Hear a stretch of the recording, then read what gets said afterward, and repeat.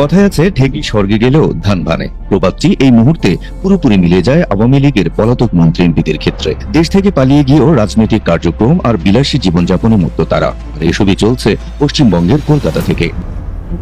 ইতোমধ্যে কলকাতার Rosedale garden পরিণত হয়েছে আওয়ামী লীগের সদর দপ্তরে। সেখান থেকেই নির্দেশনা দেওয়া হচ্ছে বাংলাদেশ সহ সারা বিশ্বে ছড়িয়ে থাকা দলের নেতাকর্মীদের। নেওয়া হচ্ছে ডক্টর ইউনূস সরকারকে পাঠানো আর দেশকে অস্থিতিশীল করার গোপন পরিকল্পনা। ভারতের সঙ্গে বাংলাদেশের সুসম্পর্ক বরাবরই নির্ভর করে এসেছে আওয়ামী লীগের উপর। কারণ আওয়ামী লীগ সরকার ক্ষমতায় থাকলে ভারত যতটা পায় ততটা চিন্তাও করা যায় না অন্য কোনো দলের শাসনামলে। এক্ষেত্রে শেখ হাসিনার মতো এতটা উদার কেউ হতে পারেনি। তাই আওয়ামী লীগের সঙ্গে ভারতের সম্পর্কটা বরাবরই মধুর। মজার ছলে এটিকে স্বামী স্ত্রীর সম্পর্কের সঙ্গেও তুলনা করেছেন কেউ কেউ। অতএব বাংলাদেশ আওয়ামী লীগের বিপদে ভারত এগিয়ে আসবে এটি স্বাভাবিক। ৫ আগস্টের আগে ও পরে শেখ হাসিনা সহ পালিয়ে যাওয়ার শতাধিক মন্ত্রী এমপি ও নেতাকর্মীকে আশ্রয় দিয়েছে ভারত। সেখানে নিজ দেশের মতোই আরাম আয়েশের জীবনযাপন করছেন তারা। কেউ কেউ বগল দাবা করে নিয়ে গেছেন স্ত্রী সন্তানকেও। সূত্র জানায় বাংলাদেশ থেকে পালিয়ে যাওয়া সাবেক স্বরাষ্ট্রমন্ত্রী আসাদুজ্জামান খান কামাল কলকাতার নিউ টাউন আবাসিক এলাকার অভিজাত কমপ্লেক্স রোজডেল গার্ডেনে 2টি ফ্লোর কিনেছেন। ভবনটির 11 তলার 11C ফ্ল্যাটে বর্তমানে বসবাস করছেন তিনি।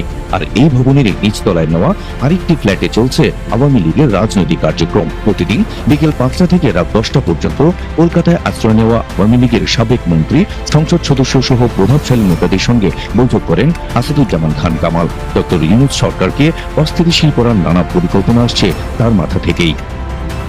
জানা গেছে নিউ টাউন এলাকার একটি অভিজাত ফ্ল্যাটে স্ত্রীকে নিয়ে থাকছেন সাবেক সড়ক পরিবহন ও সেতুমন্ত্রী উবাইদুল কাদের। তবে অন্যান্য মন্ত্রী এমপিদের সঙ্গে যোগাযোগ রক্ষা করছেন না তিনি। মাঝে মাঝে চিকিৎসার জন্য হাসপাতালে যাওয়া ছাড়া বাসাতেই অবস্থান করছেন আওয়ামী লীগের এই সাধারণ সম্পাদক। আওয়ামী লীগের সভাপতিমণ্ডলীর সদস্য ও সাবেক মন্ত্রী জাহাঙ্গীর কবির নানকও স্ত্রী সন্তানদের নিয়ে সংসার পেতেছেন কলকাতায়। বাসা ভাড়া নিয়ে সস্ত্রীক বাস করছেন আওয়ামী লীগের যুগ্ম সাধারণ সম্পাদক মাহবুবুল আলম হানিফও। একাধিক সূত্রে জানা গেছে আওয়ামী লীগের আরেক যুগ্ম সাধারণ সম্পাদক আফম বাহাউদ্দিন নাসিমও স্ত্রীকে নিয়ে কলকাতার নিউ মার্কেটের পার্শ্ববর্তী এলাকায় বাসা ভাড়া করে বসবাস করছেন। এছাড়া আওয়ামী লীগের সাংগঠনিক সম্পাদক SM কামাল হোসেন, সাবেক উপমন্ত্রী AK এনামুল হক শামীম, সংস্কৃতি বিষয়ক সম্পাদক অসীম কুমার উকিল, সাবেক সংরক্ষিত নারী আসনের MP অপু উকিলও কলকাতায় বসবাস করছেন বলে জানা গেছে।